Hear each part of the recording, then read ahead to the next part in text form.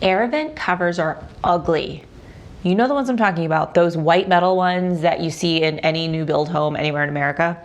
Now, you can buy beautiful custom covers, but they cost a freaking fortune. I priced one, it was $150 for a 10 by 10. No.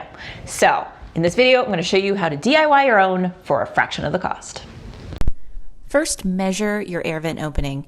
You're going to want a 1/4 inch overlap all the way around, and if you need a little help on determining those figures, just jump over to the blog post that I'll link below. Next, take those measurements and cut 2 sides and the top and the bottom pieces of the frame from a 1x2 board. Then, arrange a dry fit and decide which side of the wood is your good side and which side is your bad side. Good side faces out, bad side faces in. I decided to construct my frame using some pocket holes and pocket screws because I had them on hand. However, you could easily use wood glue to assemble this frame because there's not going to be a lot of pressure on the joints. So just choose the method that makes the most sense for you. I'm just going to jump in here real quick to say that I was a little overzealous when I was drilling and I cracked my wood. So if you do this or if you see any gaps you want to fill in, absolutely use some wood filler, make it all nice.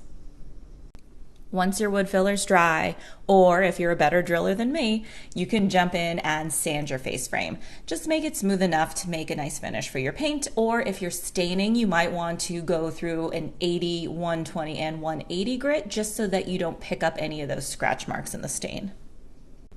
Now just wipe down your frame and get painting.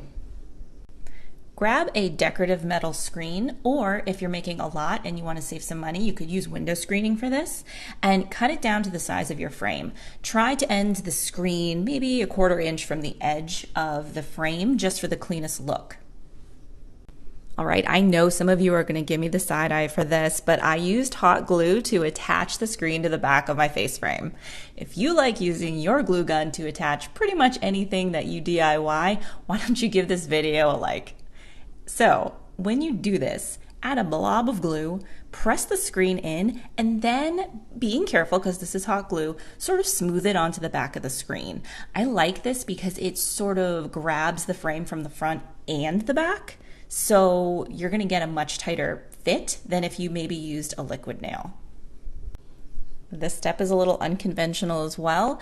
Grab some command strips, the picture hanging ones that are kind of like Velcro, and use those to stick your vent cover to the wall. And the reason for this is twofold. One, if you use screws, then you're going to have exposed screw heads, and that's just going to ruin the look of your frame. And two, the command strips allow you to easily remove the frame cover if you need to service your unit or if you need to replace a filter.